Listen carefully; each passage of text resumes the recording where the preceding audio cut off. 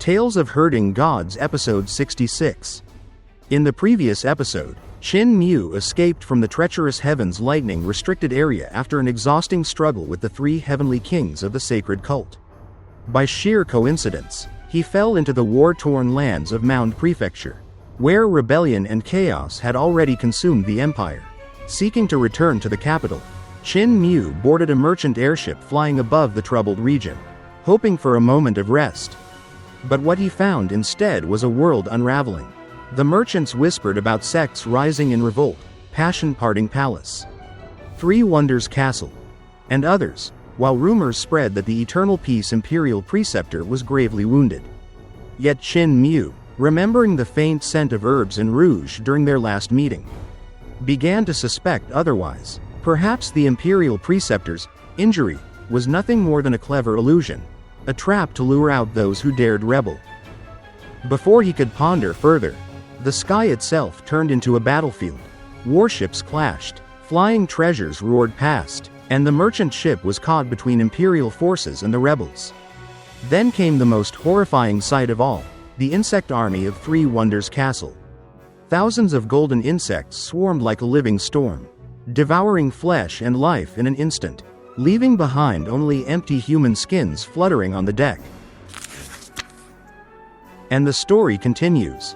Everyone on the ship was overwhelmed. That coxswain was a divine arts practitioner with extraordinary abilities. But as he had to control the direction of the ship, he couldn't care for everyone. Three Wonders Castle was famous for its three specialties: insects, medicine, and beautiful women. Their mastery of venomous insects made them both skilled healers and terrifying poisoners. After the imperial court annexed them, the emperor had ordered them to form an insect army, an elite force that used poisonous creatures as weapons. But now, Three Wonders Castle had rebelled, and the imperial army was at war with their horrifying swarm.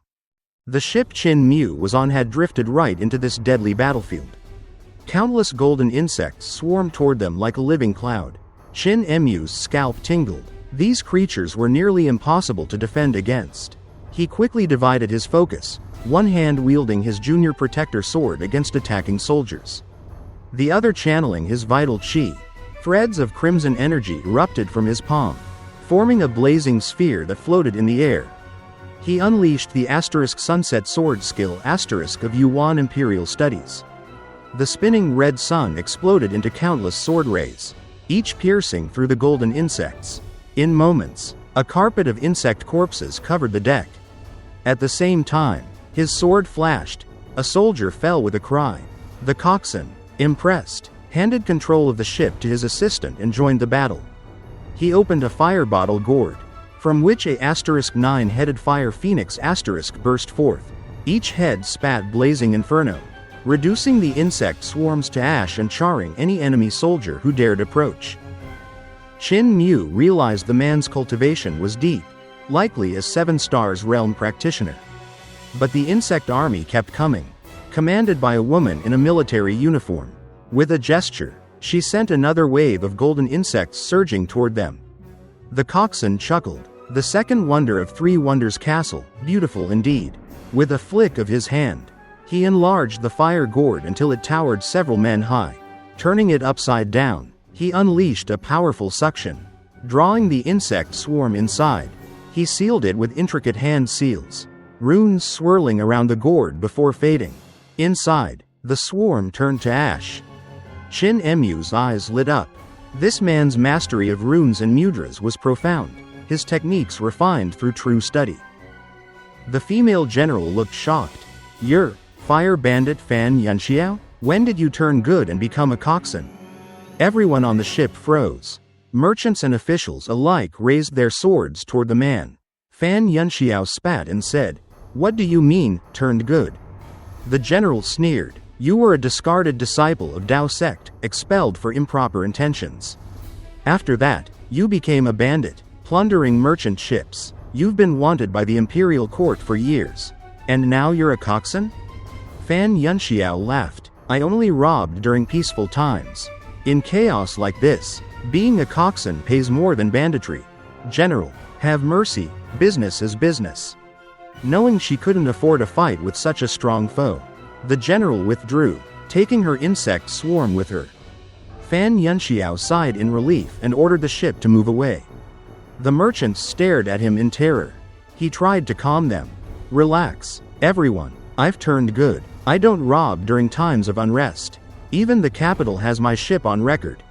An official sneered. Isn't this the infamous cloud-chasing pirate ship? Fan Yunxiao grinned. It used to be. Now it's the asterisk cloud-chasing passenger ship. Once peace returns, we'll go back to robbing. He then examined a merchant's remains. The man had been eaten by insects. Frowning, he handed a coin pouch to the dead man's associate. He boarded my ship, and I failed to protect him. I can't take your fare. The passengers trembled. They had escaped one nightmare only to find themselves under the care of a notorious pirate. I've turned good, Fan Yunxiao said earnestly. Truly, I'll take you all safely to the capital. Turning to Qin Mu, he smiled. Little brother, your sword skill isn't bad. You from the Yuan family? Qin Mu shook his head. Imperial College's Qin Mu, I admire your knowledge. Senior brother Fan. Fan Yunxiao brightened. Finally, someone who appreciates knowledge. Cultivation is study.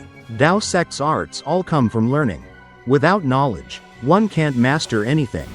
Qin Mu agreed. Mastery of teleportation, sword arts, and divine arts all demanded deep understanding.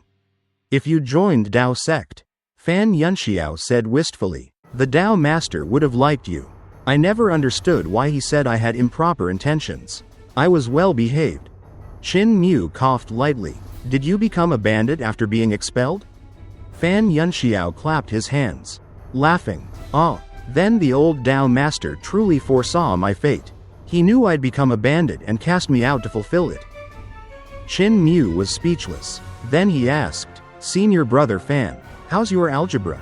Fan Yunxiao sighed. I was once good at it. Dao sect's asterisk computational canon of mysterious woman and computational canon of supreme mystery are profound. If mastered, one could reach the 14 writings of Dao sect. But after years as a bandit, I've forgotten most of it. Just then, a head popped out from the hold. Robber Baron, our furnace is faulty. That woman stuffed bugs in it. They're eating it apart. Fan Yunxiao shouted. How many times must I say it? Stop calling me Robber Baron. I've turned good. He looked around. Anyone know how to forge or repair furnaces? A muffled boom came from below. Apothecaries climbed up, faces blackened with soot. The pill furnace exploded. Fan Yunxiao's expression changed. Damn that woman. Everyone, abandon ship. But Qin Mu stepped forward. I know forging and medicine. Let me try. They rushed below deck. Flames flickered as crewmen tried to control the fire. The ship was slowing rapidly. Without the furnace, it would soon fall. Examining the wreckage, Qin Mu quickly understood its design. A complex creation that burned spirit stones and herbs to generate power for the bronze beasts at the stern. Propelling the ship with fiery breath. Repairing such a furnace usually required imperial blacksmiths. But Qin Mu was determined. Fan Yunxiao asked anxiously, can it be fixed? Qin Mu nodded. I can forge a new one in an incense stick of time. How long can the ship hold? If we use our magic power. About that long. At once, Qin Mu began, with vermilion bird vital chi in one hand and black tortoise vital chi in the other. He melted the shattered metal, reshaping it into new components. Sparks danced as he forged and cooled each piece at breathtaking speed. Above deck, the ship began to drop. Fan Yunxiao rushed out, summoning his 9-headed phoenix again to lift the ship. Straining under its weight, sweat poured from his brow as the moments stretched on. The passengers cried out in terror. If the ship fell, they would all die. Just as Fan Yunxiao's strength was failing, a deep rumble came from the aft. Flames burst from the bronze beasts' mouths, lifting the ship higher and faster than ever before. Fan Yunxiao gasped in relief, until he noticed the ship was accelerating wildly. The landscape blurred. Brother Qin, what furnace did you forge? Qin Mu stepped out calmly. I've never seen the original design, so I rebuilt it as best I could. There might be a few differences. Before Fan Yunxiao could reply, another thunderous boom shook the air. The ship shot forward faster than sound. A roaring streak through the sky. Fan Yunxiao laughed with joy. "Brother Qin Mu, who taught you smithing? From now on, who can catch me when I go robbing?" And at that moment, Qin Mu finally understood why the Dao master of Dao sect had said Fan Yunxiao had improper intentions. And that wraps up this episode. In this part, we saw Qin Mu and the passengers on a skyship suddenly caught in the crossfire of a fierce battle between the Imperial forces and the terrifying insect army of Three Wonders Castle. The castle, once known for its mastery of insects, medicine, and beautiful women, had rebelled against the Empire, unleashing swarms of golden insects that filled the skies like living clouds. As chaos broke out, Qin Mu displayed remarkable composure and skill.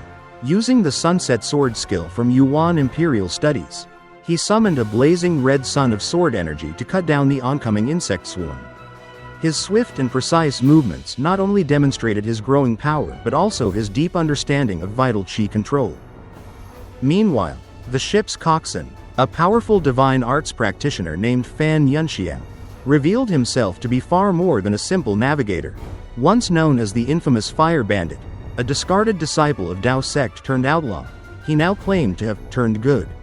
With his mighty fire bottle gourd and mastery of flame divine arts, he conjured a 9-headed fire phoenix that burned through the swarms and kept the ship safe. However, when confronted by a female general from Three Wonders Castle, Fan Yunxiao's past caught up with him.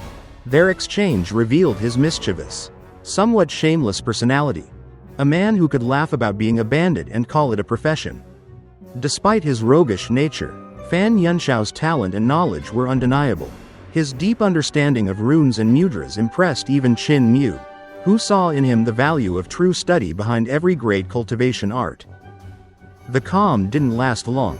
The ship's pill furnace, the heart of its power, was sabotaged by insects and exploded. As panic spread, Qin Mu stepped up once again, using his knowledge of forging and medicine to reconstruct a completely new furnace from scratch. His skill and innovation saved everyone from disaster, though his newly forged furnace was so powerful that it sent the ship hurtling across the sky at incredible speed. Through this episode, we saw both Qin Mu's resourcefulness and Fan Yunxiao's eccentric brilliance. Their interaction highlighted a recurring theme, that true cultivation isn't just about power or technique, but about learning, curiosity, and the willingness to think differently. And in the end, when Fan Yunxiao gleefully realized how fast the ship now flew, Qin Mu finally understood why Dao Master once said that Fan Yunxiao had improper intentions. Even after turning good, the bandit spirit within him was still alive and well. If you enjoyed this episode or found it interesting, don't forget to like the video and subscribe to the channel to get notified about the latest episodes in Qin Mu's incredible journey through the world of divine arts, strange sects, and impossible adventures. Thank you so much for watching, and see you again in the next video.